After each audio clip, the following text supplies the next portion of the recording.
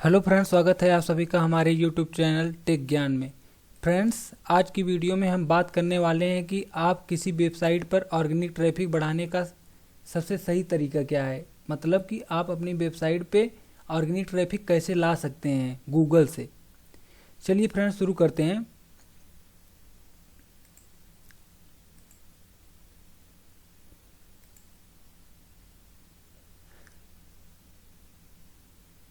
Friends, organic traffic लाने के लिए सबसे पहले आपको यूनिक पोस्ट लिखना पड़ेगा।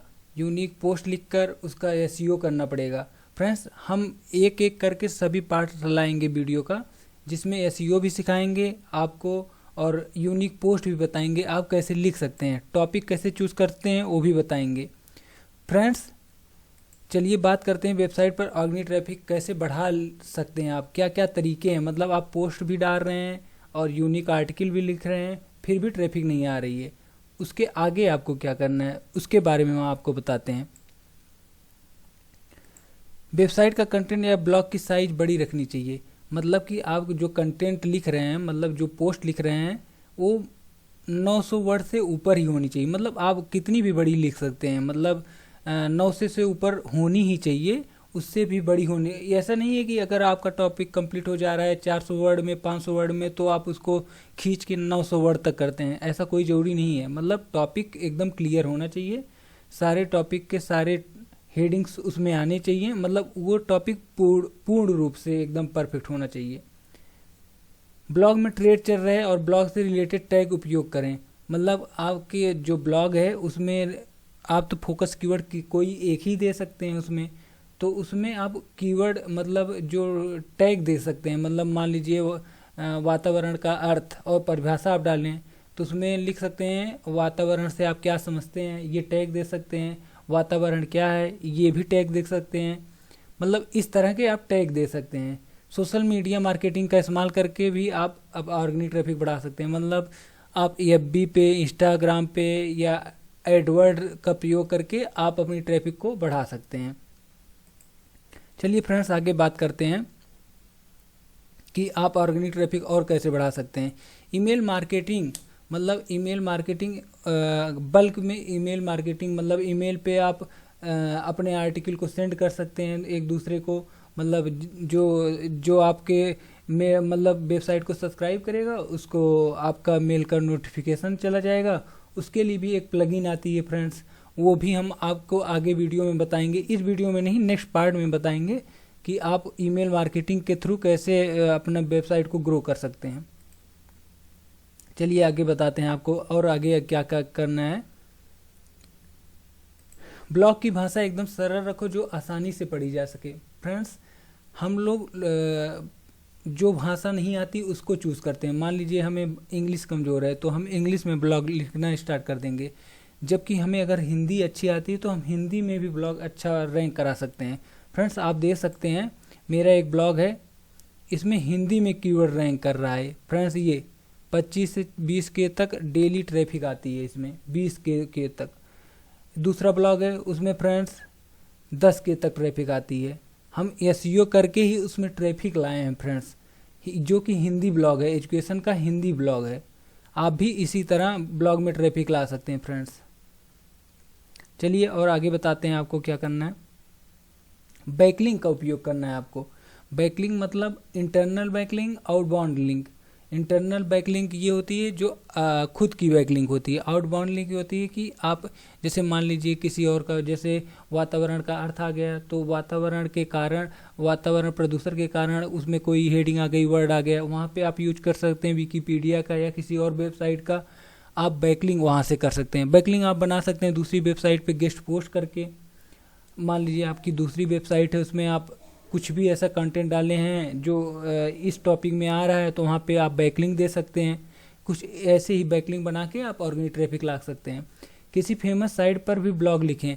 मान लीजिए आप अभी नया ब्लॉग स्टार्ट कर रहे हैं, आपसे अच्छी कोई वेबसाइट है, या दोस्त की है या किसी और की है, उनकी वेबसाइट पे आप जाके ब्लॉग लिख सकते हैं और अपनी वेबसाइट के बारे में एक लिंक भी दे सकते हैं। वहाँ आपको अपनी वेबसाइट के बारे में बताना होगा। या तो आप ये कर सकते हैं कि जो फेमस ब्लॉगर है उससे अपनी वेबसाइट लिखवा सकते हैं। जैसे कि मान लीजिए हमारी रैंक हाई रैंक जा रही वेबसाइट में, तो आप हमसे बात करके गेस्ट पोस्ट के लिए अनुरोध कर सकते हैं, या पेड में लिखवा सकते हैं आपको, जिससे आपकी ट्रैफिक बढ़ेगी। इसके सिवा आपको क्या करना है, हर ब्लॉग के नीचे कमेंट का ऑप्शन देना है। कमेंट का ऑप्शन फ्रेंड्स देंगे तो जिससे आपको किसी को दिक्कत होगी तो वो आपको कमेंट करके पूछ सकता है।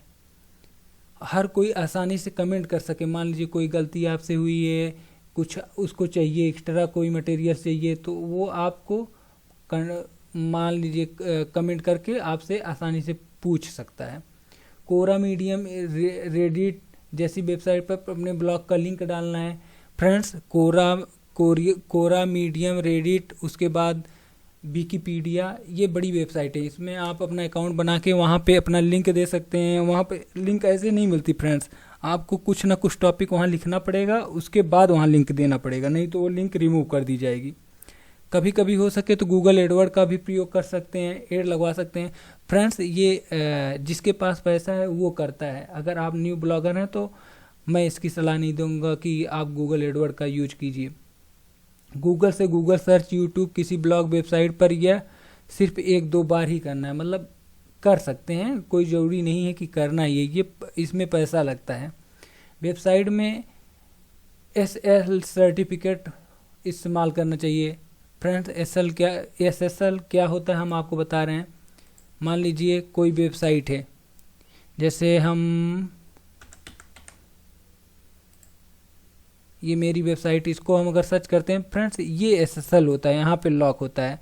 मतलब आप अगर SSL यूज कर रहे हैं तो ये आपको सिक्योर बताएगा। ये HTTPS ये SSL है, जिसमें S नहीं लगा रहेगा, ये लॉक का ऑप्शन नहीं देगा, उसमें SSL नहीं लगा रहेगा। इस तरह आप SSL का भी यूज कर सकते हैं। इससे वेबसाइट सिक्योर भी रहेगी और ट्रैफिक भी आएगा आपका।